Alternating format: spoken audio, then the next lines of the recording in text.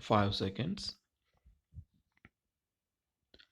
Welcoming the Prime Minister and the delegates, Mr. Modi said, I am happy to welcome you to the 42nd annual session of the Federation. To you, Madam, I am particularly indebted for sparing your valuable time. We businessmen who assemble here all over the country look forward to this occasion, which provides us an opportunity to meet you and exchange views and ideas which were uppermost in our minds. We have always felt that this dialogue is of utmost value to us. To the past year, we can look back with some satisfaction. Agricultural production has been larger, industrial output has increased by 6%, with corresponding rise in exports. This improvement in the economic situation did not come merely through chance. It was the result of deliberate effort on the part of both the government and the people.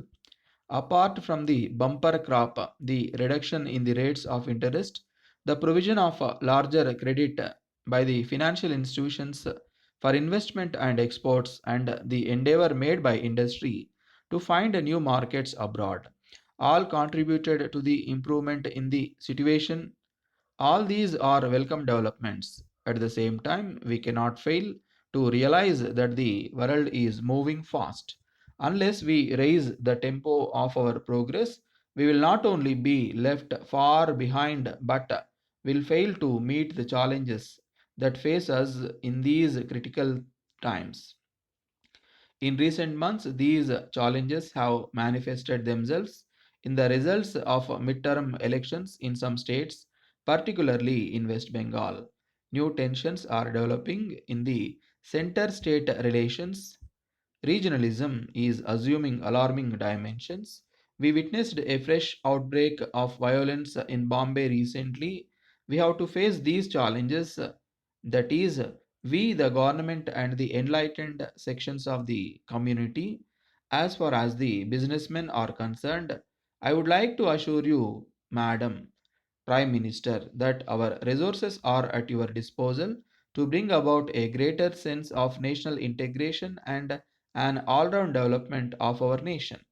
Having said this, I would be failing in my duty if I do not express the anxiety which industry and trade feel in West Bengal.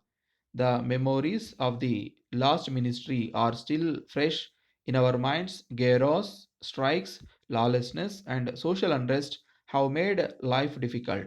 They have made mockery of our democratic institutions and traditions. I believe that people can live in harmony even amidst different political systems if the state government operate within the framework of the constitution in the true interest of the people and for the integrity of the nation.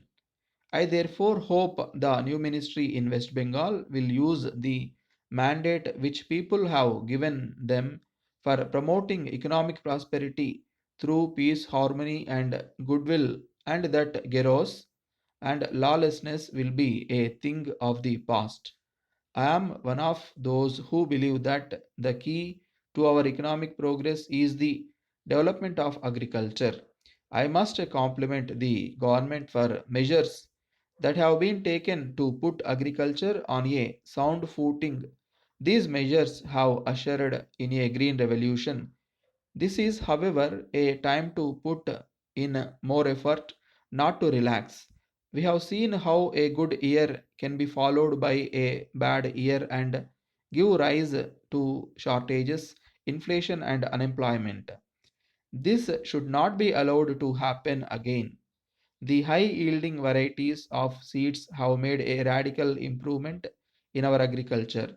By the end of this year, this program would have covered about 9 million hectares. In the next 5 years, it should be extended to at least one fifth of our cropped area. Now that we have made some headway in food grains production, it is necessary that research for developing new strains in cash crops like sugarcane, cotton, jute, etc., is intensified so that the balance between food crops and cash crops is not disturbed and agro industries get assured supplies of raw materials so vital for our development and exports. Our progress in other agricultural inputs like irrigation, fertilizers, and agricultural machinery has been rather slow. Today, we irrigate only about one fifth of the cropped areas. Agriculture is therefore subject to ups and downs and makes economic development uneven and uncertain. I would suggest that about one third of the cropped area should be brought under irrigation by the end of the next 5 years. This would require speedy completion of all major irrigation schemes and creation of a network of tube wells all over the country. Every year, about 10% of our food production is wasted because of lack of proper storage and warehousing.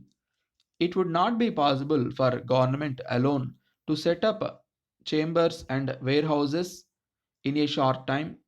Private agencies can supplement these services if government give initial facilities such as making land available, giving tax exemption for incomes, farm chambers and warehouses, and thus ensuring reasonable return on this investment.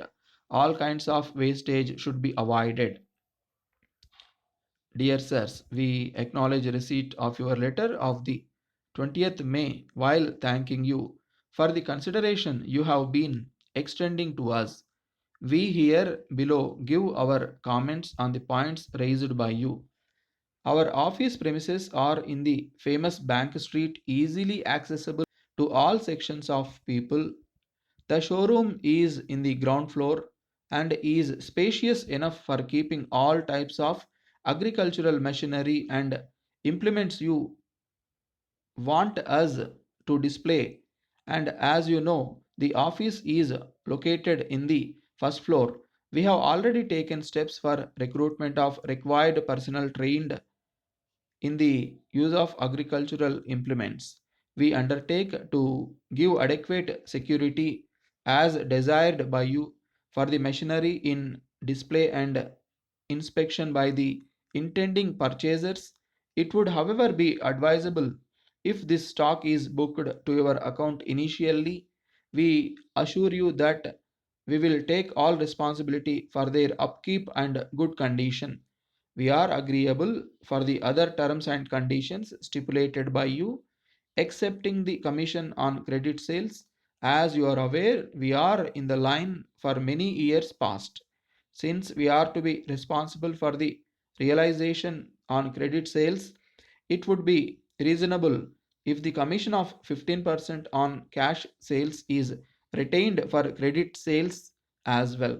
We are anticipating a good demand for supply of spare parts also. As the space is limited in the present premises, we are negotiating for lease of the adjacent land. If we succeed, we intend asking you to supply a variety of spare parts in good quantities so that the purchasers may not look to other suppliers. This we are writing in advance by way of abundant caution, as we have intimated to you in our premises previous letter. Our sales manager is a well qualified agricultural engineer with practical training in the use of a variety of modern agricultural machinery in a trading firm of Japan. You can therefore confidently look forward to increased sales and wide use of these implements by the ryots. We will not therefore be surprised if the sales for surpass your expectations. Yours faithfully,